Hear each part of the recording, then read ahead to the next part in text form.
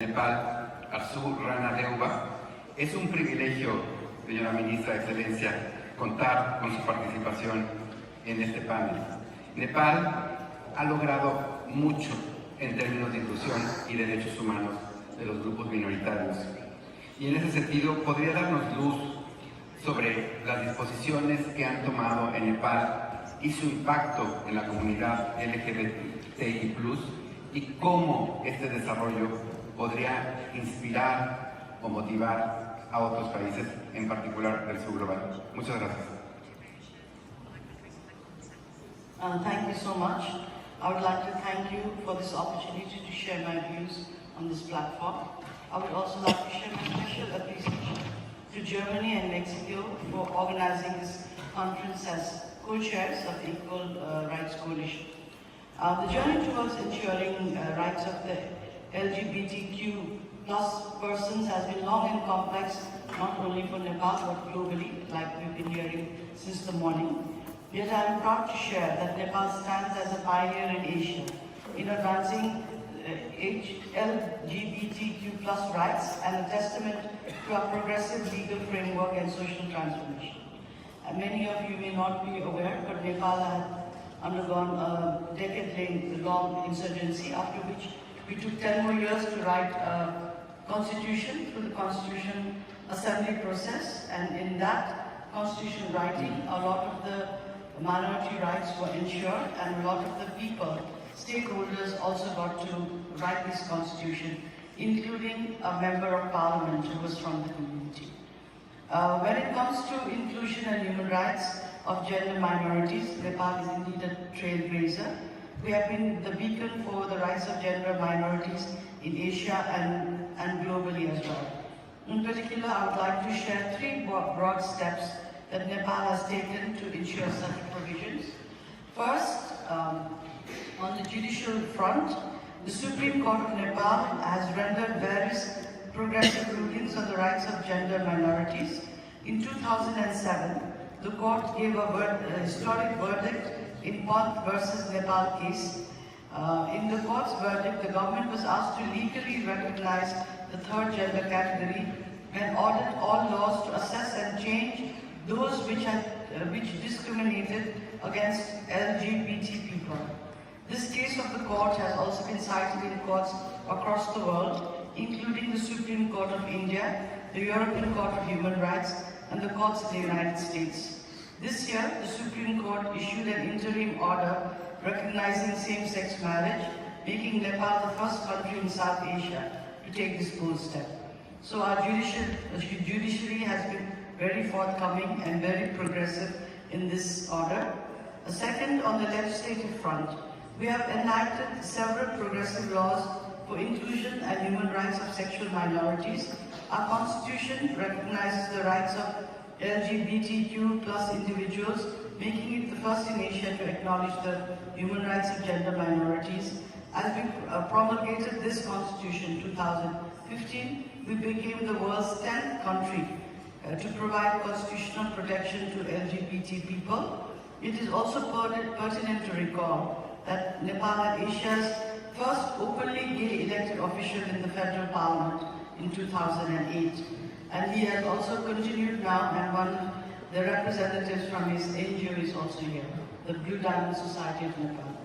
In particular, Article 12 of the Constitution has a provision for obtaining citizenship documents with gender identity. Article 18 covers the right to equality, which prohibits discrimination in the application of general laws to gender and sexual minorities.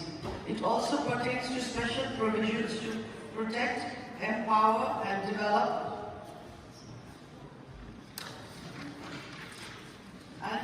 gender and sexual minorities.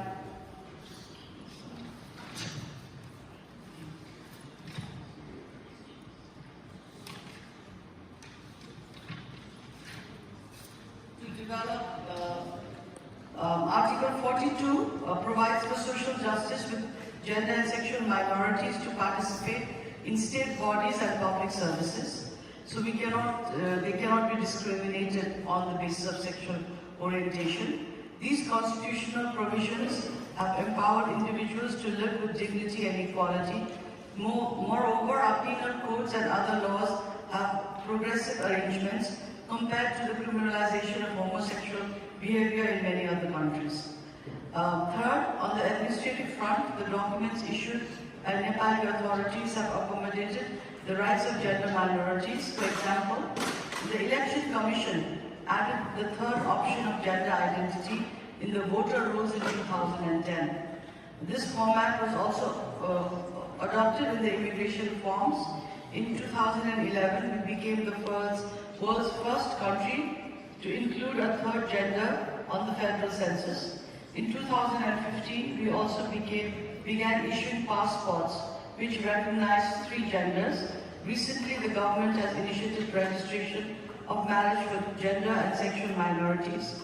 Maya Guruk and Surendra Pandey were the first couple to receive a marriage certificate after legally registering same-sex marriage at one of the municipalities in Nepal last year.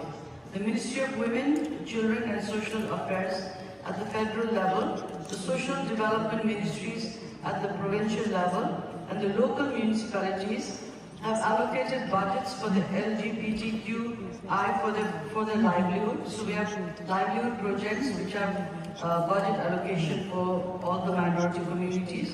Moreover, the 16th periodic plan of Nepal has focused its Chapter 8 on the issue of sexual and gender minorities as well. So there's a whole chapter in the Planning Commission document of Nepal which looks at the sector of the LGBTQ plus in Nepal. Dear friends, these achievements took series of steps to materialize. They took the incessant work of civil society, lawmakers and activists. They took the sustained hope for progress and the synergy among multiple stakeholders to reach this conclusion till now. But this is again a journey that has to go further. All in all, ours is an example of a progressive development of an inclusive setup, building on the work of civil society, judiciary, legislature, and the government. Ours is an example of the whole of the society and whole of the government approach based on fundamental principles of human dignity. Beyond the country, these provisions have also served as a beacon of light for gender minorities globally, and I hope this forum may be one of the largest that Nepal is sharing its progress in till now. However, the challenges still persist. We need to further simplify the administrative processes in the issuance of official documents. There are still some cases where the LGBTQI community faces violence and sometimes severe mental health issues. There is a need for safe space for GBV survivors. This is a debate that is ongoing in a society about where GBV survivors should be housed. Society still needs to be sensitized to certain aspects of sexual and gender minorities.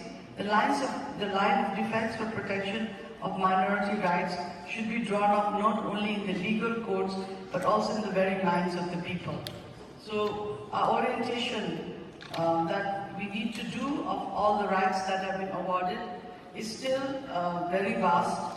All these rights that have been given, all the amendments that have been made need to be really spread out to the wider community. Nonetheless, Nepal's progress in inclusion is a testimony that inclusivity is achievable even in countries with lesser resources and wealth if there is a strong political will and a synergistic whole of society approach. We invite other nations to reflect on our journey and embrace the principles that diversity strengthens society and strengthens democracies as well. As we continue to work, let Nepal be a beacon of hope, a nation demonstrating that the march towards equality, though arduous, is worth pursuing. Thank you.